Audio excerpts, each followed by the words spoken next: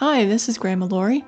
Today's story is the Maximum Murph Detective Agency, the case of the missing brush. Everything was quiet in the house for the moment. Max was in his usual spot on Mom's lap. Murphy was under the blanket on Grandma's lap. Finnegan was asleep in his bed, and Auntie Laurie was getting ready to go out. Then the boys heard Auntie Laurie say, "Where did that go?" They were immediately on alert. A new case. They ran into Auntie Laurie's room. "What is it?" Max whined. "What did you lose?" Murphy squeaked. "Hi, boys. I lost my makeup brush," Auntie Laurie said, looking under the dresser. "I must have dropped it." "Don't worry, we'll find it," said Max.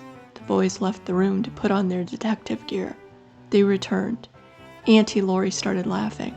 "Really, boys, it's not that big a deal. I'm sure it's around here somewhere." "We'll sniff it out," said Murphy, as the boys ran out of the room to make a plan. "I think it's probably under Auntie Laurie's bed," said Murphy. "You may be right, but we'll need a higher view. Let's get Finnegan," Max said, turning to wake Finnegan up. "Hey, stop it! You're getting me all slobbery," said Finnegan. "What is it? Is there an intruder?" "Auntie Laurie lost her brush. We need a higher view," said Murphy. Finnegan slowly rose and shook, accidentally hitting Max with his name tag. "Ow! That hurt!" whined Max. Finnegan turned and said, "Sorry, bud. I'll have to watch where I shake. This thing is deadly." The three boys went into Auntie Laurie's room. Max and Murphy started sniffing around while Finnegan looked at the top of the nightstand and the dresser. When he got to the dresser, he said, "Oh no." Max and Murphy looked up and saw Malcolm the Menace holding the brush. "Are you looking for this?"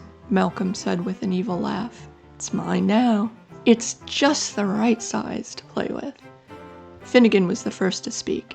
"Give that back, rotten cat. That belongs to Auntie Laurie." "She may be your Auntie Laurie, but she's my mom, so everything she owns belongs to me, and the dowager, technically, but mostly me." Malcolm turned his back on the boys as he started pushing the brush around the top of the dresser. Malcolm picked up the brush and jumped from the dresser to the bed to the floor. He turned to the dogs and stuck his tongue out.